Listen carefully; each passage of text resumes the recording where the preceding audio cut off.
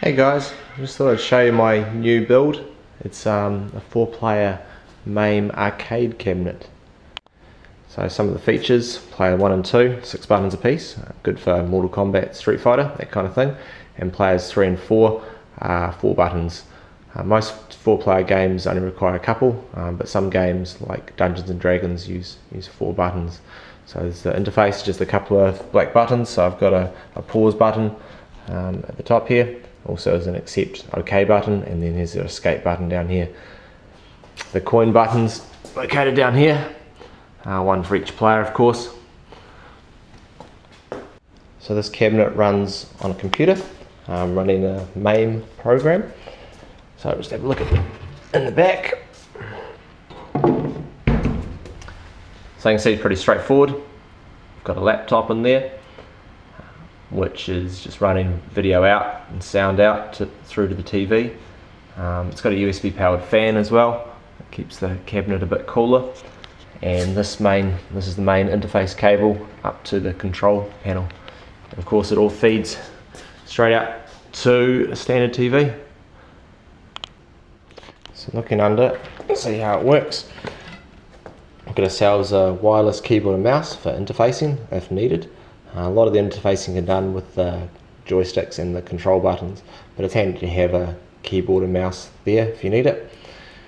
So all the buttons and joysticks are wired up to this. This is an iPAQ 4, essentially a 4-player emulating program which takes the buttons and emulates a keyboard, and it's really just plug and play. You just wire it up, the buttons to the right channels, and just USB connections, and it recognizes itself, and made it really easy. The artwork on top I designed myself using Photoshop. All these characters are from my favorite games as a kid, so I thought I'd immortalize them by putting them into my artwork.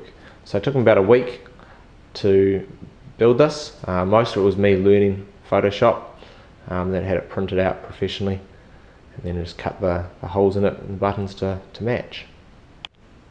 So the build was relatively straightforward. I found step-by-step instructions on the internet.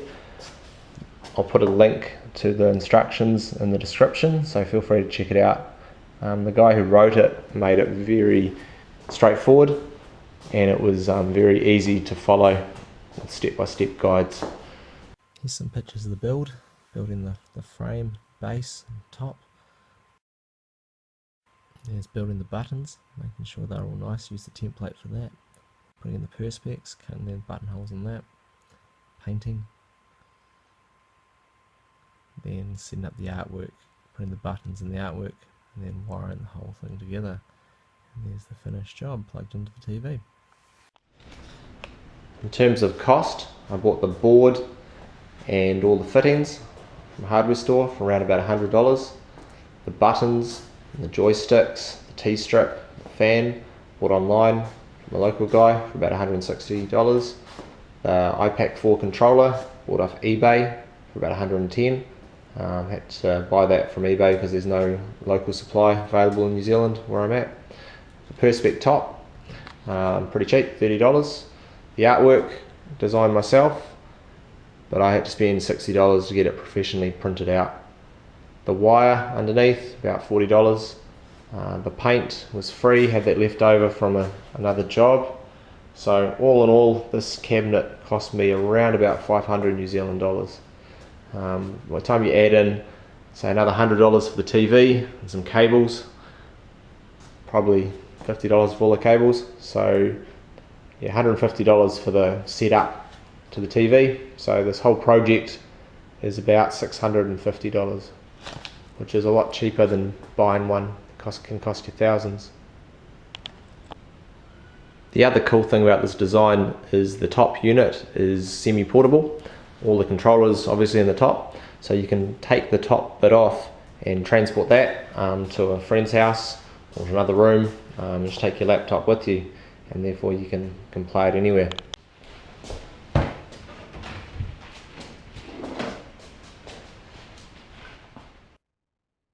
So here it is, another location.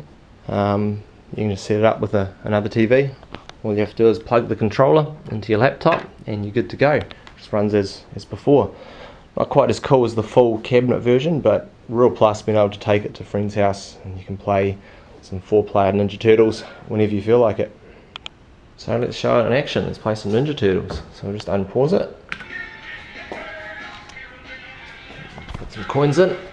Might as well set up all 4 players.